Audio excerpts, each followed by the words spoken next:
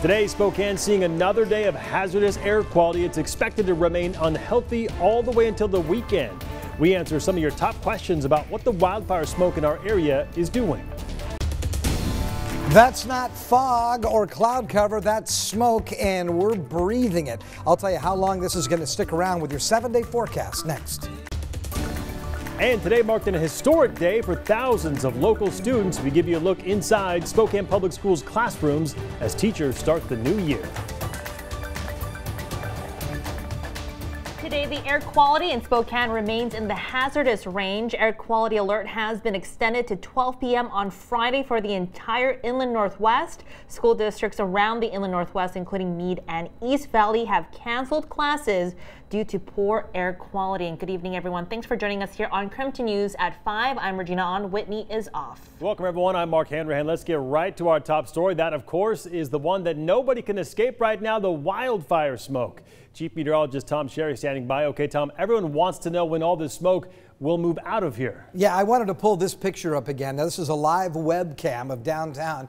Normally, you would think this is dense fog. You know, we get these kinds of mornings late, in early winter, late fall, but that is all smoke, and we are breathing it right now.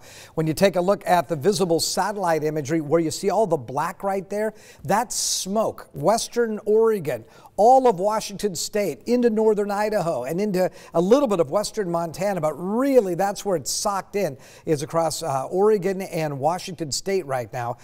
It is almost hazardous air quality everywhere. The Palouse right now has a little bit better air quality, but it's still unhealthy for folks down into the Palouse. So we're almost at the highest you can be. 500's the highest. We're at 415. Yesterday, Mark and I were just talking, it actually got up to 499, the air quality index. We think that it's going to remain between hazardous and unhealthy for the rest of the week, and then we have a cold front moving in.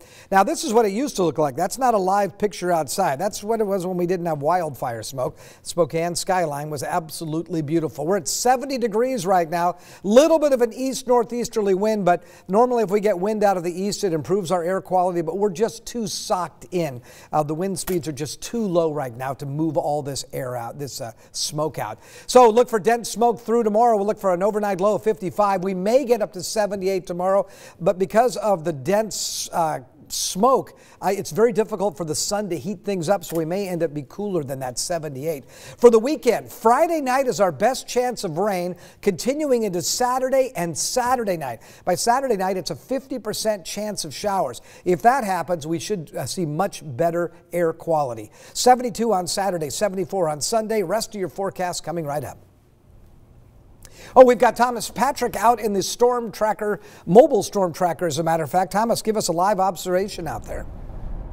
Yeah, Tom, and here's the thing. If anybody calls this a fog outside, we're not going to blame you, because that's exactly what it looks like. It's very similar to a fog, but this time it's just a wildfire fog, if you will. Let's take a live look outside. We just passed the Northtown Mall. We're on Division Street. We're heading back towards the downtown area. And yeah, it's pretty much just gray, almost foggy skies, but it is, of course, all the wildfire smoke causing the air quality to be on the hazardous side. Since I'm sitting on the right side of the car, my window is facing west, and I was actually looking to see if I could see the sun at all today, and I can't. The wildfire smoke is so thick outside, we just haven't had any sunshine whatsoever, which of course is undercutting our temperatures. As Tom mentioned, the observation is 70 outside. Just checking our mobile storm tracker, we also have 70 as of the latest observation right here on the north side of town. I also want to mention this. If you just look at the hood of our mobile storm tracker, it almost looks a little bit dirty, and that's not normal for us. We like to keep it clean, but of course with so much smoke, there's actually a little bit of ash trying to fall down, so a lot of our cars are probably going to be needing a car wash by the time this all clears up. But no point to wash the cars at this point, because of course we're going to be dealing with this kind of wildfire smoke likely for the rest of the week. Reporting live from the mobile storm tracker, I'm meteorologist Thomas Patrick. Back to you in the studio.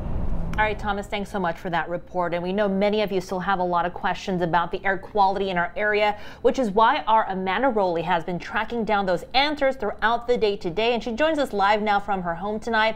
Amanda, a lot of people are asking if this is the worst air quality we've ever seen here in Spokane. Well, that's right, Regina. Aside from asking when the smoke will clear, many of you are asking just how bad is the air quality here. Now, according to the Spokane Clean Air Agency, right now this is the worst it's ever been since air quality started being reported more than 20 years ago in 1999. Yesterday, the air quality index was reported at 479. Now, the closest it's ever been in the last 20 years was in August 2018 with an AQI of 257. Now, another question we received is if it's okay to be outside with hazardous or bad air quality if I wear a mask. Great question. We got a lot of folks asking the same one in that regard. So the Spokane Clean Air Agency says, in general, everyone should avoid or limit their time outside right now. They add that face masks are actually not recommended as the best option to reduce exposure to wildfire smoke. It is better to stay indoors and keep your indoor air clean. Now, N95 masks have been recommended during past fire seasons, but not this year because those masks are in short supply and need to be reserved for essential workers through the coronavirus pandemic. Now, our next question is, what does the smoke do to your body? Well, Spokane County Health Officer Dr. Bob Lutz says inhaling the smoke is not good for anyone, even healthy people. Now, according to the Clean Air Agency, smoke is a combination of microscopic particles and a mixture of gases. Now, they say breathing in the particles is dangerous because they can get deep into your lungs, and some may even get into your bloodstream. So some of the common symptoms of exposure to wildfire smoke include cough, sore throat, and difficulty breathing. So kind of keep an eye on that. It's important to be staying indoors right now because of those symptoms. And I want to thank everyone who's been reaching out to us and sharing those questions. We're happy to be continuing to answer those, and we want to continue to encourage you to reach out to us. We'd love to keep answering your questions about smoke and the air quality we're dealing with right now. You can do that by texting us at 509-448-2000. Reporting inside from home tonight, Amanda Rowley, KREM 2 News. All right, Amanda, thank you very much. The Moscow School District and the Moscow Charter School announced they will be closing again tomorrow. They are closing due to that poor air quality in the area. Davenport, Medical Lake, and Deer Park school districts have also canceled classes in person tomorrow. For more information, just head to our website, KREM.com. And for more information on the school closures, you can also text the word closures to 509-448-2000 and we'll send you a link. Well, today marked an historic first day of school for thousands of local students. It marked the first day of class for Spokane Public Schools with the vast majority of students learning virtually. KREM 2's Taylor Vito gives us an inside look at a Spokane classroom as teachers start the new year like never before. Well, for the first day of school, the hallways at this elementary school certainly seemed a little bit more quiet than normal. Granted, that was to be expected. Still, classes were back in session and teachers were pretty happy about that. Okay, any others? The whiteboard was there, so were the books and the desks, but the students... Okay, we have a 47. They were home, a byproduct of the COVID-19 pandemic that's had educators in the city of Spokane rethinking how to teach with social distancing in mind. Izzy, can you unmute and explain how you got 47? Kids showed up. A lot of kids showed up. Fourth grade teachers Holly McClanahan and Sue Pfeiffer were co-teaching on Monday at Rigo Elementary in the Bemis neighborhood. While one was at the whiteboard doing math into a webcam, the other was at the computer, making sure students were there as well. You know, it really is a team effort, and I think that for day one, I think it went very well. Definitely this is a huge learning curve for all of us. And so having patience and helping kids learn to have patience is going to be paramount. And hey, patience was good for everyone, given the use of technology. There was even the slightest bump in the technology road for the teachers. You're muted. Oh. Okay, got it. Thanks, guys. Welcome. A minor glitch as everything else worked out smooth for the teachers. Outside, staff members were adapting to another new normal. Lunches. Families were able to drive up and receive nutritious meals for their kids as they learned at home.